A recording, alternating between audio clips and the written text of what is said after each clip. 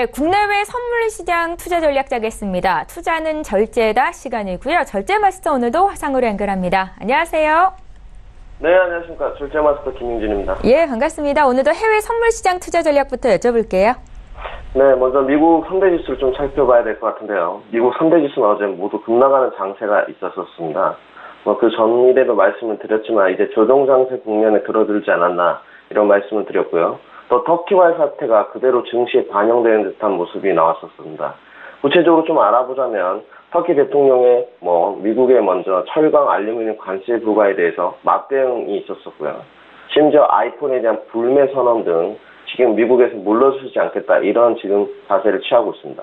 터키 부 대통령은 지금 또 트위터에서 터키 경제에 대한 위협이고 보복이다. 미국에 절대 물러서지 않겠다 하면서 장중 리리아가 안정을 찾았었지만 또다시 하락하는 모습을 나타냈고요. 신흥들에게 지금 무역전쟁에 대한 우려가 어디까지 지금 불안감이 나타나는지 좀 시장의 투자자들이 유심있게 봐야 될 부분인 것 같습니다. 또한 경기 부양책 강구 및 자국 통화 방어, 지금 신흥국들은 이런 지금 자국 통화에 대해서 급급하게 바쁜데요.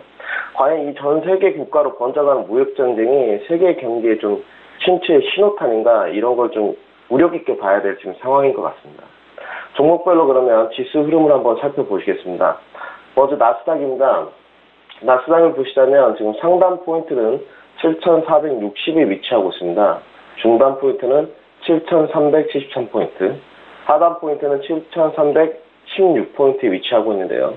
지금 어제 장중 한때 급락하는 흐름이 좀 이어지면서 거의 횡보세를 좀 이어가고 있는 흐름인데요.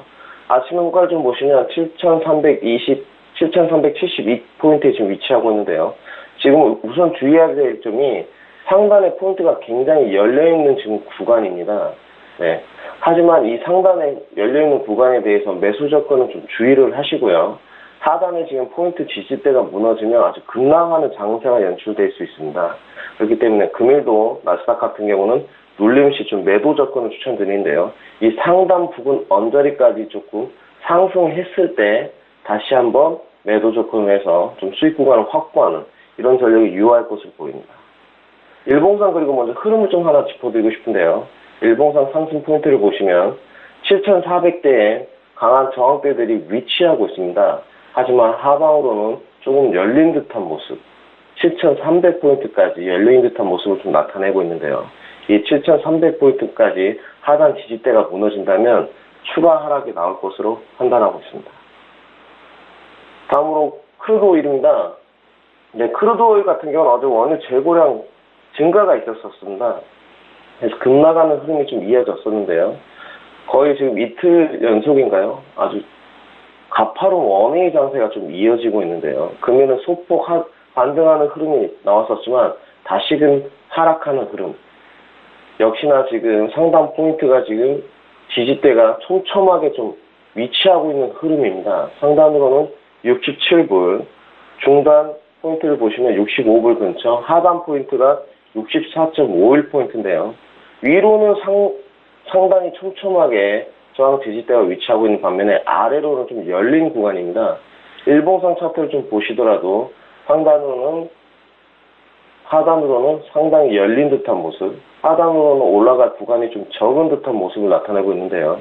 크루드 오일 같은 경우는 하지만 금일 좀 관망을 드리겠습니다.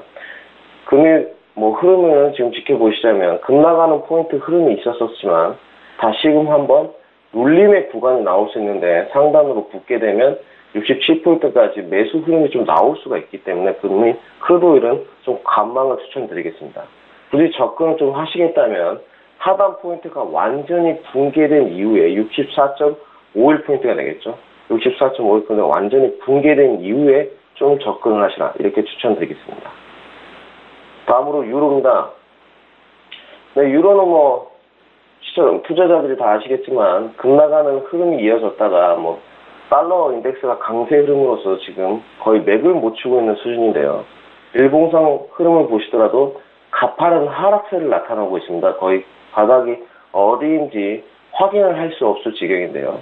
금일도 이런 유로의 흐름은 단기 급락세가 계속 이어질 것으로 보고 있습니다. 하지만 우려할 시에 주의해야 될 부분이 한 가지 있는데요. 상단으로 보시게 되면 지금 1.1400 포인트 이후에 구간의 저항대가 없는 듯한 모습입니다. 그래서 1.1400을 넘어가게 된다면 단기 매수 접근을 좀 하시고요.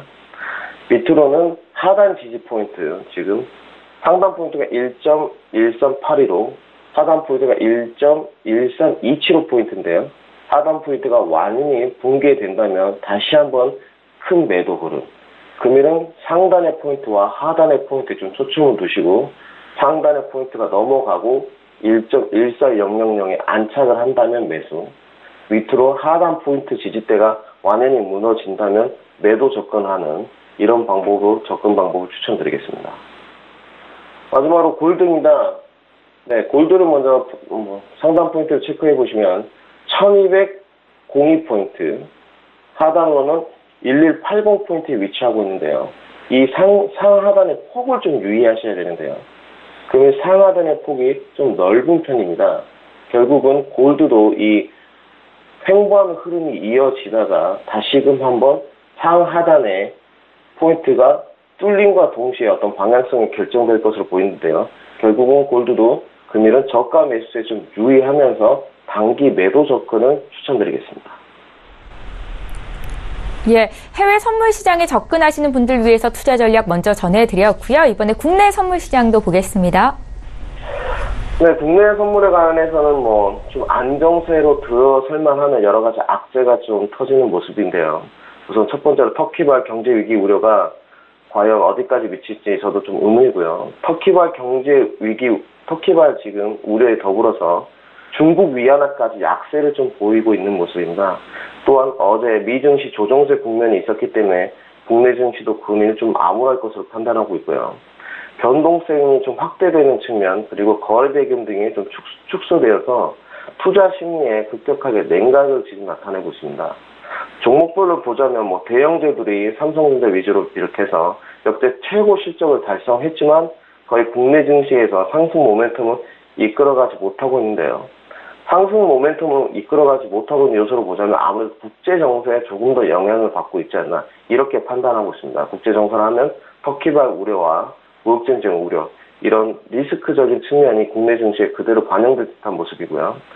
아무래도 단기 접근 전략이 유효할 것으로 판단하고 있습니다. 상승인지 하락인지 미리 섣불리 판단을 하지 마시고 금일은 단기 전략으로 국내 선물에 좀 유동성 확대에 유의하시면서 보수적 접근을 좀 하시라고 말씀을 드리고 싶습니다.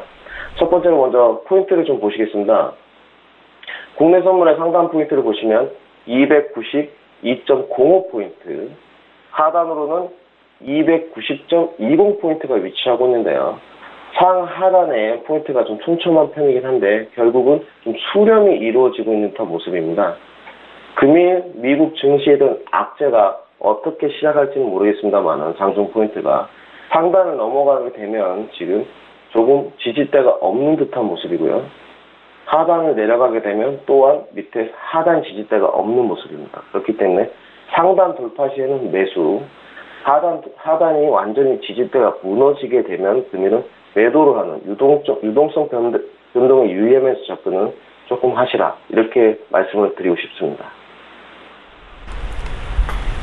예, 국내외 선물 시장 투자 전략 오늘도 절제 마스터와 함께 했고요. 내일 이 시간에 또 연결하겠습니다. 잘 들었습니다. 네, 감사합니다.